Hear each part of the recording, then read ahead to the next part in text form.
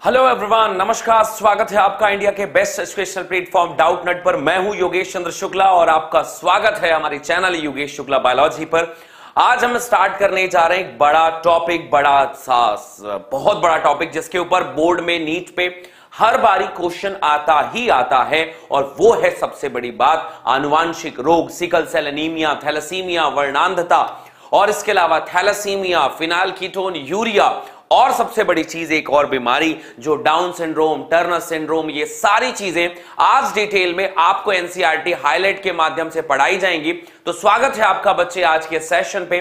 फटाफट अपने सभी दोस्तों के साथ शेयर कर दीजिए, सब्सक्राइब कर लीजिए हमारे चैनल को यदि आपने अभी हमें तक सब्सक्राइब नहीं किया है तो, क्योंकि बच्चे आप में से बहुत सारे बच्चे हमें देखते हैं, पसंद करते हैं, बहुत सारा प्यार देते हैं, पर कहीं ना कहीं लाइक और सब्सक्राइब करना हमें भूल जाते हैं। तो आपको करना है सब्सक्राइब हमारे चैनल को, आपको करना है सब्सक्राइब हमारे चैनल को, ताकि ज्यादा से ज्यादा लोगों तक हमारी ये वीडियो पहुंच सके, ज्यादा से ज्यादा बच्चे इससे हमारा लाभ ले सके और बच्चों को मिले एक अच्छी बढ़िया शिक्षा। चलिए जनाब स्टार्ट करते हैं। आज बच्चों ने बहुत प्यार दिया है और अब हम स्टार्ट करने जा रहे हैं आज का सेशन।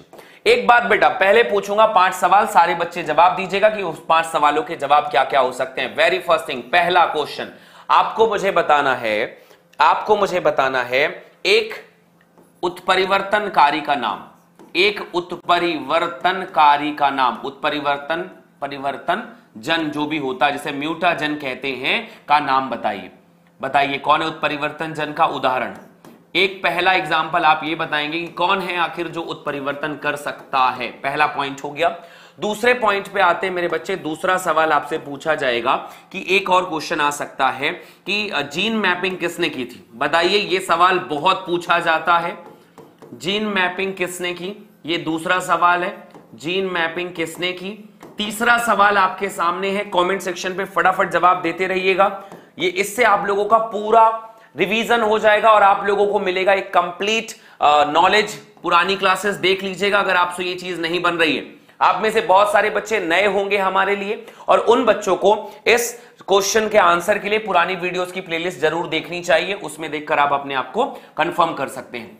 इसके अलावा मेरे बच्चे उत्परिवर्तन जन का उदाहरण, जीन मैपिंग। तीसरा एग्जाम्पल आता है कि अपूर्ण प्रभाविता का उदाहरण, अपूर्ण प्रभाविता के उदाहरण बताओ कि आप अपूर्ण प्रभाविता किस पर प्रभाविता का उदाहरण बता दो कि कौन कौन सा नियम था, ये कौन कौन से नियम लगे थे। इसके अलावा तीसरे के बाद चौथी बात बताइए, 2 मेंडेलियन विकार का नाम बताइए। 2 विकार कोई ऐसे बता दीजिए जिसे मेंडेलियन विकार हम कह सकते हैं। विकार का सिर्फ नाम आपको बताना है, ये चौथा क्वेश्चन है। और सबसे लास्ट क्वेश्चन आता है कि वंशागतिकी का क्रोमोसोमल वाद किसने दिया था। वंशागतिकी का क्रोमोसोमल वाद किसने दिया था। ये पूरे चैप्टर का रिवीजन हो गया। क्रोमोसोमल वाद किसने दिया था। 5 प्रश्न हैं, सारे बच्चे किसने दिया था, दिया किसने था, याद रखना, प्रूफ की बात नहीं कर रहा हूं मैं, किसने दिया था। 5 प्रश्नों का जवाब जानते हैं और फिर स्टार्ट करेंगे आज का सेशन। कमेंट सेक्शन जल्दी से, हार नहीं मानिएगा। पहले जो भी बच्चे, मैं प्रश्न इसलिए पूछ रहा हूं बेटा, मैं तुम्हारा ज्ञान नहीं चेक करना चाहता, मैं तुम्हें यह चेक नहीं कर रहा हूं कि तुम्हें कितना आता या नहीं आता, मैं तुम्हें यह फील करा देना चाहता हूं कि ये जो चैप्टर तुम पढ़ रहे हो, उन चैप्टर्स की ये जान है। ये प्रश्न ये बार बार पूछे जाएंगे आपसे, और अगर आज आप ये वीडियो देख रहे हो और ये प्रश्न आपसे नहीं बन रहे तो मतलब है कि आपको मेरी पुरानी क्लासेस की जो वीडियोज हैं उनको देखकर अपने आप को अपग्रेड करना पड़ेगा, अपने आप को मोटिवेट करना पड़ेगा कि यार ये चीजें आती क्यों नहीं है मुझे, ये चीजें मुझे आती क्यों नहीं। कितने बच्चे हैं जिन्हें सारा सवाल आता है। ऊपर में कमेंट सेक्शन है, अगर आपको पढ़ने में कोई दिक्कत आ रही है, नोट्स बनाने में कोई दिक्कत आ रही है, तो सारे बच्चे मुझे वहां जाकर ये बात बता सकते हैं। होमवर्क जरूर करें, होमवर्क करने से ही आपको पता चलता है। जैसे आज मैंने आपसे सवाल पूछा, अगर मैं ये पूछ रहा हूं, हां जी मैं ये यहां पर पूछ रहा हूं, तो ये याद रखना कि ये सवाल आपको आने चाहिए, और अगर नहीं आ रहे हैं तो आपको वीडियोस देखनी है। बताओ बेटा जी, स्टार्ट करें। चलो 5 मिनट आपको मिल गए अभी तक। प्रश्नों के आंसर बनाते हैं। उत्परिवर्तन का कारण का उदाहरण बताओ। एक्स रेज हो गई, गामा रेज हो गई। ये रेज जो है बेटा याद रखना, ये दोनों रेज जो है ना, ये उत्परिवर्तनकारी होती हैं। ये पहला आंसर है, ये पहला आंसर है। ओके बढ़िया। उसके अलावा जीन मैपिंग किसने की थी? अल्फ्रेड स्टर्टिवेंट। अल्फ्रेड स्टर्टिवेंट, ये वो साइंटिस्ट थे जिन्होंने इसकी खोज की थी, अल्फ्रेड स्टर्टिवेंट ने। इसके अलावा अपूर्ण प्रभाविता का उदाहरण बताइए। तो अपूर्ण प्रभाविता का उदाहरण आया था मेरे बच्चे मिराबिलिस जलापा में। एक और उदाहरण मैं सुनना चाहूंगा सारे बच्चों से, क्योंकि मैं ये दोनों बताए थे, मिराबिलिस जलापा, और दूसरा नाम अगर आप जानते हैं तो एक और नाम लिख दीजिएगा, एंटीराइनम। एंटीराइनम जिसे डॉग फ्लावर भी कहते हैं और जिसे कहते हैं स्वान पुष्प, कुत्ता वाला पुष्प है ये। 2 मेंडेलियन विकार का नाम बता दीजिए। 2 मेंडेलियन विकार में से एक आता है मेरे बच्चे हीमोफीलिया। ये आज का टॉपिक होगा हमारे लिए, हीमोफीलिया। आज मैं आपको डिस्कशन करूंगा, आसान भाषा में समझाने में मदद करूंगा ताकि आप एग्जाम में बढ़िया से लिख भी सकें।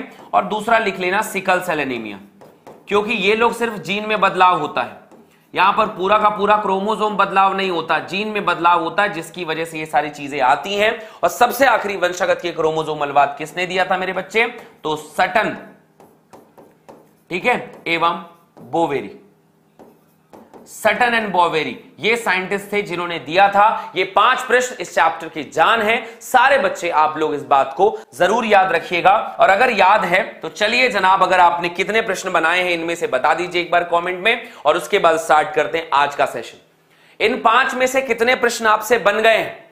इन 5 में से कितने प्रश्नों की जानकारी आपको थी? ये आपको फील करना बहुत ज्यादा जरूरी है। अगर आप फील कर पा रहे हैं इस दुनिया में कहीं पहुंचने के लिए, बेटा याद रखना, इस दुनिया में हमेशा सक्सेसफुल इंसान जो होता है ना, वो हर अपनी गलती से सीखता है। जिस इंसान ने आज तक अपनी गलतियों से नहीं सीखा है वो इंसान कभी बड़ा नहीं बन सकता। गलतियां ही वो चीज होती हैं जो आपको निखारती हैं, संवारती हैं और आपको आपके लक्ष्य के लिए तैयार करती हैं। इसलिए अपनी गलतियों पे जिस इंसान ने काम करना स्टार्ट कर दिया, तुम्हें आज ये चीज नहीं पता, कोई बात नहीं, कोई फर्क नहीं पड़ता कि तुम आज किस पोजीशन पे हो, आज क्या है, लेकिन अगर आज की गलतियां दिखने के बाद भी कल भी अगर तुम उसी पोजीशन पे हो तो तुमसे ज्यादा कामचोर इंसान इस दुनिया में कोई नहीं है, और तुम कभी सक्सेसफुल नहीं हो सकते। इसलिए अगर सक्सेसफुल होना है, अपनी गलतियों पे काम करना स्टार्ट करो।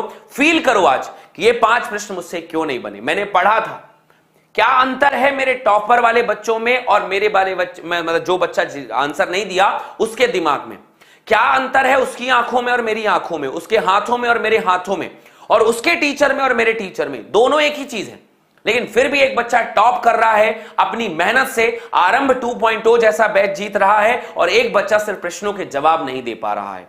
तो इसलिए अपने आप को तैयार रखिए, अपने आप को मजबूत बनाइए और लग जाइए अपने लक्ष्य की तरफ में। इसलिए आज ये फील करना आपके लिए बहुत जरूरी है। चलिए जनाब स्टार्ट करते हैं। लास्ट क्लास में मैंने आप लोगों को पेडिग्री पढ़ाया था और पेडिग्री पढ़ने का तरीका भी बताया था।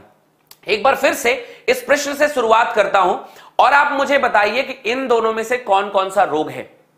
यह भी मैंने पिछली बार पढ़ाकर और आप लोगों से सॉल्व करवा कर गया था। आप लोगों को एक ट्रिक बताई थी कि अगर ऐसा प्रश्न आ जाए आपके एग्जाम में तो आप कैसे पता लगाएंगे कि यह कौन सा रोग है, प्रभावी है कि अप्रभावी है, सहलग्न है, एक्स सहलग्न है कि मतलब लिंग सहलग्न है कि अलिंगी सहलग्न है। पहला प्रश्न बताइए ये कौन सा रोग है मेरे बच्चे। कैसे निकालेंगे? ये 2 डायग्राम आपके सामने हैं। इन 2 डायग्राम पे आप मुझे बताइए कि इस पे क्या बात आपको लग रही है, ये प्रभावी रोग है या फिर अप्रभावी रोग है। जल्दी करिए। मैंने आखिरी क्लास में आप लोगों को ये चीजें पढ़ाई है बच्चा, आप लोगों को ये चीजें पढ़ाई है कि ये रोग कौन सा है, अप्रभावी है या प्रभावी है, या दोनों आपको बतानी है, लिंग सहलग्न है कि आपका अलिंगी सहलग्न है। जल्दी जल्दी जल्दी आंसर चाहिए मुझे। यहां पर देखो मेरे बच्चे, ये पहले पीढ़ी में भी दिख रहा है आपको, यहां पर ये आपको दूसरी पीढ़ी में नर और मादा दोनों को दिखाई दे रहा है, और तीसरी पीढ़ी में केवल नर को हुआ है। मतलब आपको अगर ये तीनों पीढ़ी में दिखाई दे रहा है मतलब ये प्रभावी रोग है। आपको ये तीनों पीढ़ियों में दिखाई दे रहा है, इसका मतलब है कि बच्चा ये प्रभावी रोग है। और मैंने बताया था कि यदि यहां पर मादा को है और मादा से ये रोग नर और मादा दोनों में दिखाई दे रहा है, ये नर और मादा दोनों में, पुत्र और पुत्री दोनों को चला गया है, तो याद रखना ये अलिंगी सहलग्न रोग होगा मेरे बच्चे। कौन सा रोग होगा? अलिंगी सहलग्न रोग होगा। यह मैंने एक शॉर्टकट पॉइंट आप लोग को समझा दिया है ऐसे प्रश्नों को बनाने के लिए। मैं दावे से कह रहा हूं आपके ये नॉर्मल सी जो ट्रिक मैंने आपको बताई थी लास्ट क्लास में, अगर आपने नहीं देखी है तो सैटरडे की क्लास पूरी देखना आप लोग। मुझे कल तो मैंने क्लास नहीं ले पाई थी किसी कारण से, लेकिन अगर आप सैटरडे की क्लास देखेंगे तो आप ये समझ जाएंगे, दोबारा आपको कभी दिक्कत नहीं होगी प्रभावी अप्रभावी रोग को खोजने में और लिंग सहलग्न और आपका अलिंगी सहलग्न रोगों को खोजने में। तो आप इस पॉइंट को जरूर पढ़िए। चलिए अब दूसरा रोग इस तरफ में आता है, इस रोग को पढ़ना सीखिए। ये अप्रभावी रोग है या अप्रभावी रोग है, बताइए। इस तरफ वाला जो रोग है वो प्रभावी है या अप्रभावी है, लिंगी है कि अलिंगी है? तो जस्ट एग्जांपल के लिए कि यहां पर किसी को रोग नहीं है लेकिन दूसरी पीढ़ी में है, मतलब पक्की बात है ये जो रोग है बच्चा वो अप्रभावी है। मतलब पक्की बात है बच्चा ये रोग क्या है, अप्रभावी है। और अगर हम इसके नीचे की तरफ में देखें तो यहां पर भी नर और मादा दोनों में फैला हुआ है, इसलिए ये भी अलिंगी है, ये भी अलिंगी सहलग्न है, ये भी ऑटोजोमल रोग है। और इस तरीके से हमारे पास में ये डेटा आता है और ये एनसीईआरटी के 2 डायग्राम हम क्लियर करते हैं। इसके ऊपर क्वेश्चन आता है मेरे बच्चे, नीट में बहुत क्वेश्चंस आएंगे इसके ऊपर में, और मैं बहुत प्रैक्टिस भी करवाऊंगा आप लोगों को बोर्ड के क्वेश्चंस की, बहुत सारे प्रश्नों की प्रैक्टिस करवाऊंगा। लेकिन एटलीस्ट एनसीईआरटी के ये 2 पार्ट आपको पता होने ही चाहिए, आपको मालूम ही होना चाहिए। चलिए जनाब स्टार्ट करते हैं सबसे पहले रोग से, और सबसे पहले रोग से आपको समझाते हैं। मैंने पढ़ाने से पहले एक बात याद करा देता हूं कि बेटा हमारे पास 5 रोग हैं और उनमें से आपको 4-5 रोगों का नाम याद करना है। देखो सबसे पहले बहुत पूछा जाता है कि अलिंगी सहलग्न प्रभावी के विषय में बहुत क्वेश्चन नहीं आएगा, अप्रभावी रोग ये पहला प्रश्न। और अप्रभावी क्यों? क्योंकि यार ये माता पिता को है, बच्चों को नहीं होगा, बच्चों को है तो फिर नहीं होगा तो फिर उनके बच्चों को होगा। तो ये तो परेशानी की बात है ना यार, इसमें पढ़ने का विषय है कि किसको होगा और किसको नहीं होगा। और प्रभावी रोग कैसा होता है, हर किसी को होता है। तो जब हर किसी को है तो उसके बारे में पढ़ना क्या, उसको तो पता ही है कि मां बाप को था, बच्चों को भी होगा, उनके बच्चों को भी होगा, उनके बच्चों को भी होगा। लेकिन जो रोग अप्रभावी है उसकी बड़ी कहानी बनेगी। और दूसरा पॉइंट आता है लिंग सहलग्न। लिंग सहलग्न, लिंग सहलग्न का मतलब सेक्स लिंक्ड अप्रभावी रोग। इसके एग्जाम्पल को भी पढ़ना है बेटा, अप्रभावी रोग। फिर मैं उन सबके बारे में बता दूंगा। इसको कई जगह एक्स लिंक्ड भी कहते हैं, तो कई बच्चे इसी में कंफ्यूज हो जाते हैं। एक्स लिंक्ड अप्रभावी रोग यानी और मतलब रिसेसिव डिजीज, अप्रभावी रोग या विकार। तो इसको पढ़ने से पहले से याद कर देते हैं। इसको चूंकि हम आगे पढ़ें उससे पहले ही हम इस चीज को याद कर लेते हैं कि भैया हमारे पास 2 रोग हैं, एक का नाम है सिकल सेल एनीमिया। सारे बच्चे अपनी कॉपी में लिख लीजिए और याद कर लीजिएगा कि सिकल सेल एनीमिया जो है वो ऑटोसोमल डिजीज है और वो भी रिसेसिव डिजीज है। सिकल सेल एनीमिया के अलावा हमारे पास एक और रोग आता है जिसका नाम है फिनाइल कीटोन यूरिया, यह भी वैसा ही रोग है। इसके अलावा एक और रोग आता है मेरे बच्चे थैलेसीमिया, यह भी वैसा ही रोग है। Autosomal recessive disease, autosomal recessive disease copy में लिख रहे हैं ना आप लोग, सारे बच्चे इस बात को लिख लीजिए, बहुत बड़ा सवाल आएगा। सेक्स लिंक्ड अप्रभावी रोग, एक्स लिंक्ड अप्रभावी रोग, इसके बारे में जानते हैं। इसमें एक डिजीज आएगी मेरे बच्चों हीमोफीलिया, इसमें आएगी हीमोफीलिया। कौन सा है ये? हीमोफीलिया। और दूसरी बात, हीमोफीलिया से अगर हम आगे बढ़े तो एक और आती है वर्णांधता।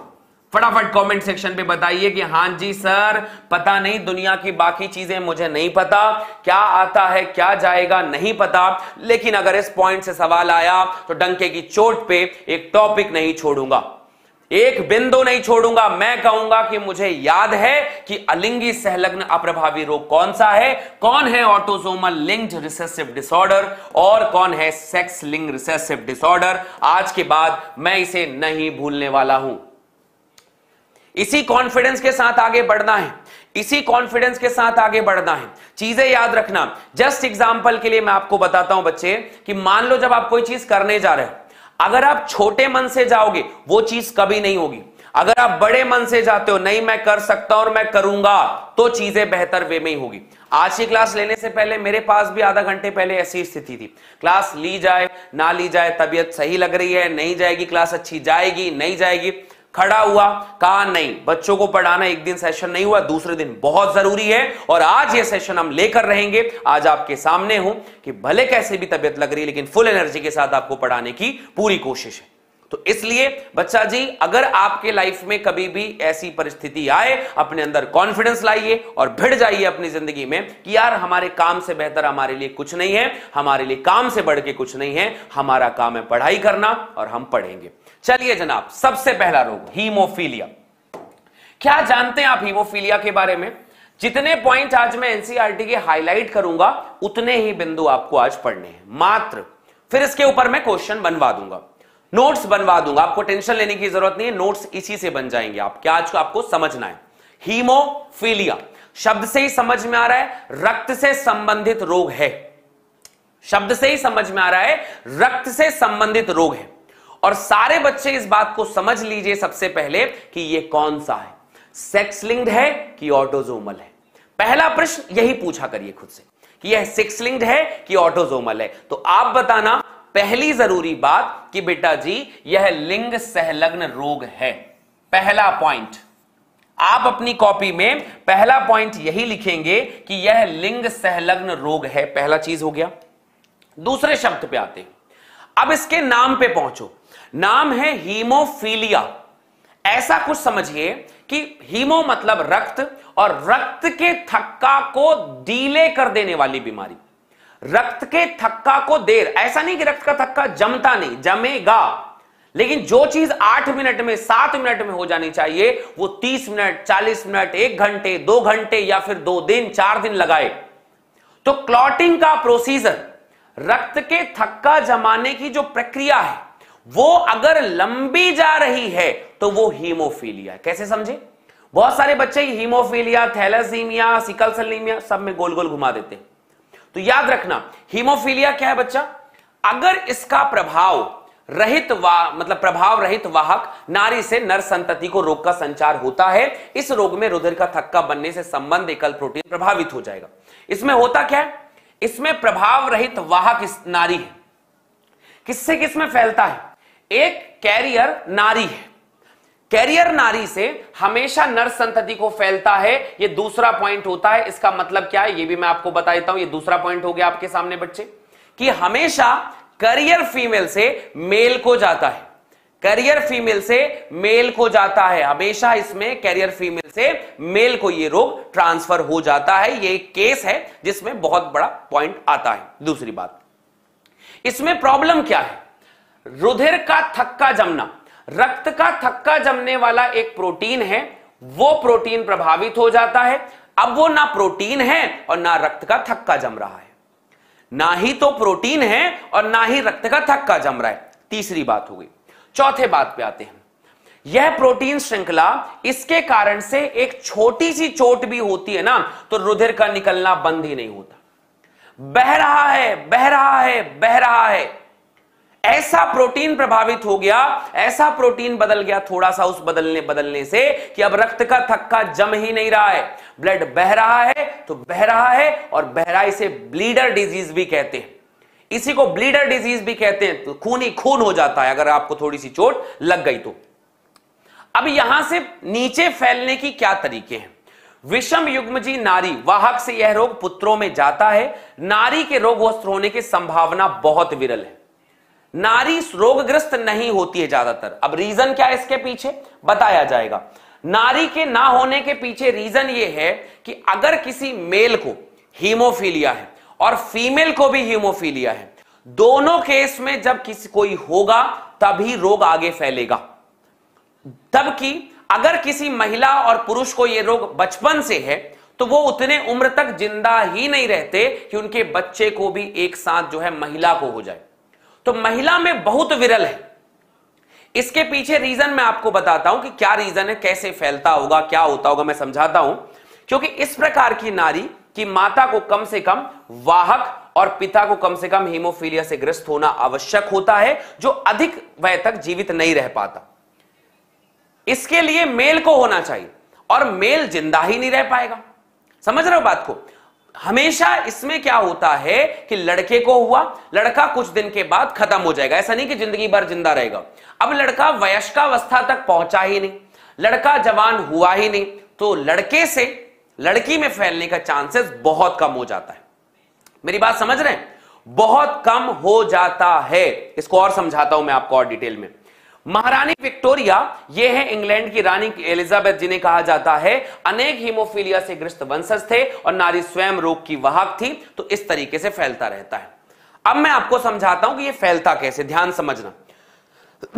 देखिए, अगर मैं कहूं हीमोफीलिया, ध्यान से मेरी बात समझना मेरे बच्चे, हीमोफीलिया, तो हीमोफीलिया के मेल में, नर में 2 चांसेस हो सकते हैं, ऐसा लिखना। या तो मेल रोगी होगा या तो मेल सामान्य होगा। कैसे भैया? एक्स लिंक डिसऑर्डर है और एक्स में एक ही नंबर पे एक ही एक्स है ना इसके पास, तो या तो एक्स में हीमोफीलिया होगा या तो हीमोफीलिया नहीं होगा। कितने प्रतिशत बच्चों को यह पॉइंट समझ में आया कि या तो रोगी होगा या तो सामान्य होगा? कभी भी किसी सेक्स लिंक डिसऑर्डर में मेल कभी भी वाहक नहीं होता, मेल वाहक नहीं होता। अपनी कॉपी में यह बात लिख लेना कि मेल कभी भी वाहक नहीं होता है। ऐसे कौन से रोग हैं जिसमें मेल वाहक नहीं है? वो मेल हमेशा याद रखना, लिंग सहलग्न अप्रभावी रोग। जितने भी लिंग सहलग्न अप्रभावी रोग होंगे उसमें कभी भी मेल वाहक नहीं होता है। यह पहली बात हो गई। दूसरा पॉइंट होता है बेटा, अगले पॉइंट पे, अगर मैं फीमेल की बात करूं, अगर मैं मादा की बात करूं, तो मादा में क्या होगा?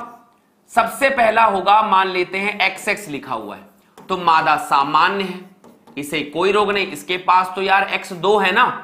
दूसरा हो गया XH और X, इन दोनों में से किसी एक में हीमोफीलिया कुछ हुआ है तो ये हो जाती है मेरे बच्चे वाहक। इसके अलावा यहां पर XH और XS दोनों लिख दिया तो इसका मतलब है रोगी, इसको हो गया है विकार, इसी को हुआ है हीमोफीलिया। यहां तक मेरी बात समझ में आई? अच्छा, बहुत सारे बच्चों को यह भी दिक्कत होगी कि सर भैया वाहक का मतलब क्या होता है? फीमेल वाहक होगी हमेशा। वाहक का मतलब होता क्या है ना? प्रॉब्लम बताओ। वाहक का मतलब होता है, वाहक ऐसे लोग होते हैं, वाहक जिनके जीन में रोग है, जीन में बीमारी आई, जीन में रोग है, पर वो इतना प्रभावी नहीं है, परंतु लक्षण में नहीं होता, परंतु लक्षण नहीं दिखाई देंगे, लक्षण नहीं प्रदर्शित होते, तो ऐसे लोग जिनमें मतलब है तो वो प्रदर्शित होते पर उनमें दिखाई नहीं देगा कि अच्छा इसको बीमारी है, नहीं दिखाई देगा। तो यह बात आती है आपको जीनोटाइप और फिनोटाइप का। अब देखो, अब समझो इसको, ये पीढ़ी दर पीढ़ी जाता कैसे होगा। तो हीमोफीलिया ये 2 तरीके हो सकते हैं। अब इस बात को समझो कि अगर कोई मेल रोगी है तो ये बहुत जल्दी मर जाएगा, फीमेल रोगी है तो भी बहुत जल्दी मर जाएगी। ठीक है, तो इन दोनों से बच्चा पैदा होने के चांसेस रेयरेस्ट केस है। जब मेल बना वो रोगी है और फीमेल बना वो भी रोगी है, हां बनेंगे, लेकिन इनसे जो बच्चा पैदा तो होने के चांसेस है ही नहीं, क्योंकि ये जैसे ही बनेंगे 2, 4, 3, 4, 6, 7 जो भी साल होगा उसमें ये लोग मर जाते हैं। तो अगर ये एज्यूम भी कर लो तो इनके बच्चे एज्यूम मत करना, इनके बच्चे एज्यूम मत करना। अब बचा कौन कौन कि या तो सामान्य फीमेल और या तो सामान्य नर, या तो फीमेल वाहक या तो फीमेल वाहक और या तो कुछ और नहीं होगा। तो जब भी फैलेगा वो जिंदा कौन है? जिंदा है ये ही हमेशा लड़के बनाएगी और यही लड़कों तक मारती है। तो चांसेस कितने के बचे? इसके, इसके और इसके। तो जब भी बीमारी होगी ये मेल में दिखाई देगी, लेकिन आएगी किससे? फीमेल से। समझ गए? मैं आपको एक एग्जांपल दिखाता हूं। देखो, जैसे एलिजाबेथ की कहानी बताता हूं मैं, जो वहां की रानी थी, वो XH और X है और इनकी जिससे शादी हुई होगी वो मेल सामान नहीं रहा होगा, तभी इसकी ये जिंदा है। ऐसा ही होता है। यही एक केस पॉसिबल है, यही एक पॉसिबल केस है इस बीमारी में। अब ये बीमारी फैल कैसे रही है? तो ये पक्की बात है मेरे बच्चे कि ये वाहक है, और ये बात है मेरे बच्चे कि ये सामान्य है। ठीक बात? अरे कह दो हाँ ना, बढ़िया। अब इससे दो युग्मक बने, एक XH और दूसरा X। इससे भी दो युग्मक बने, X और Y। क्रॉस करो, क्रॉस किए यार तो ये पक्का किसको फैलेगा? तो यहां से जो लेडीज भी बनी वो कौन सी बनी? वाहक। बीमारी फैला क्या? नहीं फैला। यहां से बीमारी फैला सिर्फ लड़के को, क्योंकि लड़का के पास एक ही X जीन है और इतने में वो रोगी हो गया। उसके पास दूसरा Y नहीं है। यहां पर बहुत सारे बच्चे कंफ्यूज होते हैं भैया कि यार फीमेल के एक जीन में था तो फीमेल वाहक थी, जबकि आपने तो लड़के को मार दिया बेचारे को एक जीन में होने पे। तो भैया उसके पास एक ही X क्रोमोसोम था, उसके पास एक ही X क्रोमोसोम था, तो उस वजह से ये होता है रोगी, और बाकी ये तो सामान्य ही है, फिर इसमें कोई दिक्कत नहीं। क्या बात समझ में? यही एक पॉसिबल केस है, चाहे लड़की वाहक बने या लड़का रोगी बने, चाहे लड़की वाहक बने और चाहे लड़की रोगी बने, लड़का रोगी बने या लड़की जो है वो वाहक बने, यही एक पॉसिबल केस है जब जनन होगा।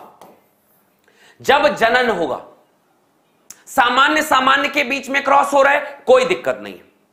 दोनों को बीमारी है, बचेंगे ही नहीं तो पहले ही मर जाएंगे। ये एक सवाल जो बच्चों के दिमाग में बहुत गूंजता रहता है। और फिर पूरी कहानी में लिखा क्या है, पूरी कहानी एक बार फिर से रिमाइंड करता हूं, सारे बच्चे ध्यान से सुनना कि भैया अगर हीमोफीलिया लिंग संलग्न रोग है, यह जो है हमेशा याद रखना वाहक माता से नर को फैलाता है, ये दूसरा रोग हो गया। तीसरा, इनके जीन में एक भी रोग है, वो रोग क्या हो गया है कि भैया प्रोटीन सिंथेसिस, जो रक्त का थक्का जमाने वाला प्रोटीन है वो बन नहीं पा रहा है, और जब वो बन नहीं पा रहा है तो उससे हो गया है रोग, और ये रोग रक्त का थक्का नहीं जमा रहा है, इट्स कॉल्ड ब्लीडर डिजीज। सबसे पहली बार हुआ था, मतलब सबसे पहली बार ध्यान में तब गया था जब फीमेल जो रानी विक्टोरिया थी उनके खानदान को हुआ था। रानी विक्टोरिया वाहक थी मेरे बच्चे, रानी विक्टोरिया वाहक थी, और इसलिए इसे हीमोफीलिया कहते हैं। अगर समझ में आए तो कमेंट सेक्शन पे रोर कर दो और कह दो सर वी गॉट इट, हम ये समझ गए हैं। बहुत कम शब्दों में मैंने आपको समझाने की पूरी कोशिश की है कि आप क्या क्या शब्दों में लिख सकते हैं, और बाकी कॉपी आप अपने हिसाब से लिख लेना कि यार कैसे फैलेगी। फैलने के लिए ये एग्जाम्पल है, ये एग्जाम्पल के सामने लिखा हुआ है कि वाहक बेटा जी ये स्त्री है, वाहक स्त्री है और सामान्य आपका नर है। इसके पीछे के सारे कॉन्सेप्ट दिमाग में बैठा दिए गए हैं, फटाफट फटाफट फटाफट कह दो। हाँ, इन्हें राजसी डिजीज भी कहते हैं, रॉयल डिजीज भी कहते हैं, इसीलिए इसका नाम रॉयल नाम भी है यार, राजा महाराजाओं को हो रहा है ये बीमारी। इसके अलावा इसका नाम ब्लीडर डिजीज भी है। तो ये सारे नाम इसलिए रखे गए हैं ताकि भैया कि तुम बड़े बड़े लोगों की बड़ी बड़ी बीमारियां, पक्का गॉट इट। चलिए बढ़िया, ये पहली बीमारी हमारी कंप्लीट हो गई। अब हम आते हैं बेटा जी दूसरे बीमारियों में। अब हम पहुंच गए वर्णांधता पे, अब हम पहुंच गए वर्णांधता पे। पढ़ने वाले 90% बच्चों को यह पता होना चाहिए कि वर्णांधता कौन सी बीमारी है। वर्णांधता की बीमारी का पीछे लॉजिक बताओ मुझे। वर्णांधता मेरे बच्चे आप कॉपी में लिखना, मैं सिर्फ एक बात बता रहा हूं, बस मात्र एक बात बता रहा हूं, बाकी सब सेम है, कोई दिक्कत नहीं है। याद रखना इसके बारे में पहला लाइन आप बताओगे लिंग संलग्न, बोलो यार, लिंग संलग्न अप्रभावी रोग। पहली बात, लिंग संलग्न अप्रभावी रोग है। होगा क्या इसमें, होता क्या है? होता यह है मेरे बच्चे कि आपके पास, होता यह है कि आपके पास एक रंग है, मान लो ये कौन सा कलर है, लाल। दिख रहा है आपको कौन सा कलर है ये, लाल। और ये है भैया जी हमारे पास में एक और कलर, हरा। कौन सा कलर है, हरा, ग्रीन। दिख रहे दो कलर। अब ये दोनों कलर ना दिखकर आपको दिखाई देगा येलो येलो डर्टी फल्लो, ठीक है, आपको दिखाई देगा हर चीज येलो। तो ये एक बड़ा रोग बनता है कि भैया ऐसा रोग जिसमें कहते हैं कि लिंग संलग्न अप्रभावी रोग है, परंतु यहां पर ना लाल रंग जो है वो भी पीला दिखाई देता है और हरा रंग भी आपको पीला ही दिखाई देता है। ऐसे विकार को हम कहते हैं मेरे बच्चे वर्णांधता। खत्म। बाकी फिर इसका पीढ़ी दर पीढ़ी कैसे जा रहा है इस बात पे डिपेंड करेगा।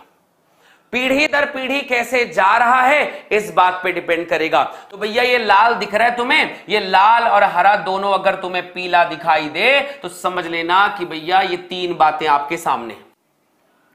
ये तीन बातें आपके सामने हैं कि लिंग संलग्न अप्रभावी रोग है, लाल और हरा रंग देखने में असमर्थता होगी, पीला दिखाई देगा और वर्णांधता इस रोग का नाम है। एक और बताता हूं, चलो केस बताते हैं। केस कैसे बनेगा? अगेन वही बात कि अगर मेल है, लेकिन यहां पे तो मेल मरेगा नहीं यार, लाल रंग ना दिखेगा, हरा रंग ना दिखने से कोई इंसान मर थोड़ी जाता है, तो यहां पर जिंदा रहता है।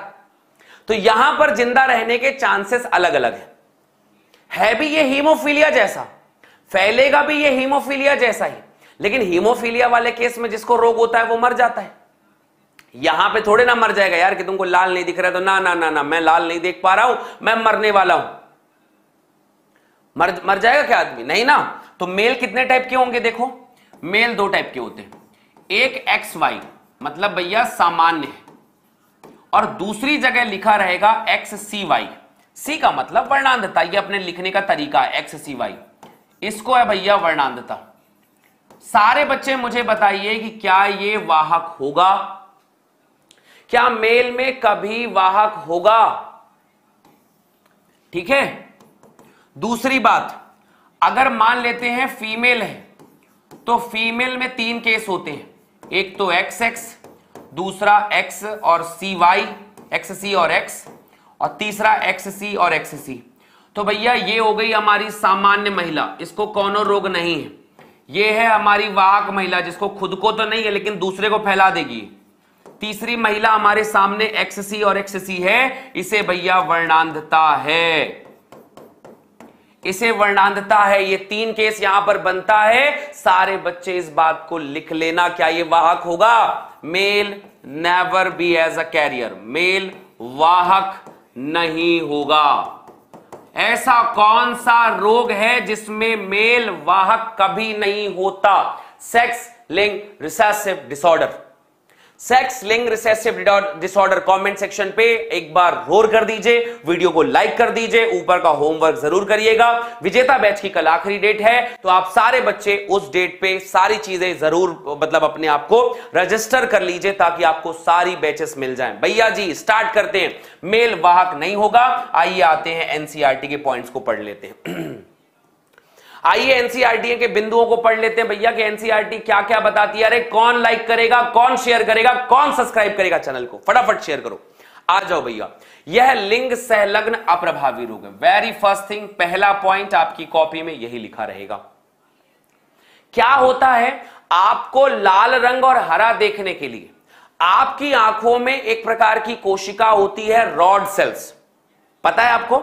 11th में पढ़ा है कभी? कभी पाला पड़ा इन सब चीजों को पढ़ने का? रॉड सेल्स, रॉड सेल्स और होती है शंकु यानी कोन सेल्स।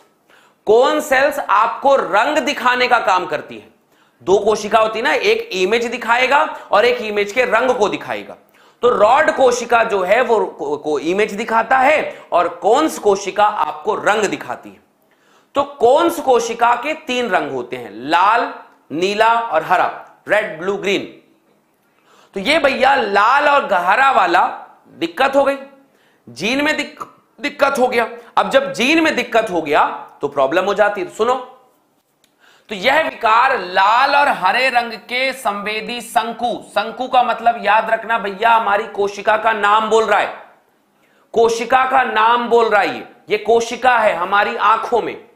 त्रुटिपूर्ण कुछ बीमारियां हो गई, कुछ कहानियां आ गई, उसमें कुछ कॉन्सेप्ट बदल गए, जीन बदल गया, म्यूटेशन हो गया उसमें।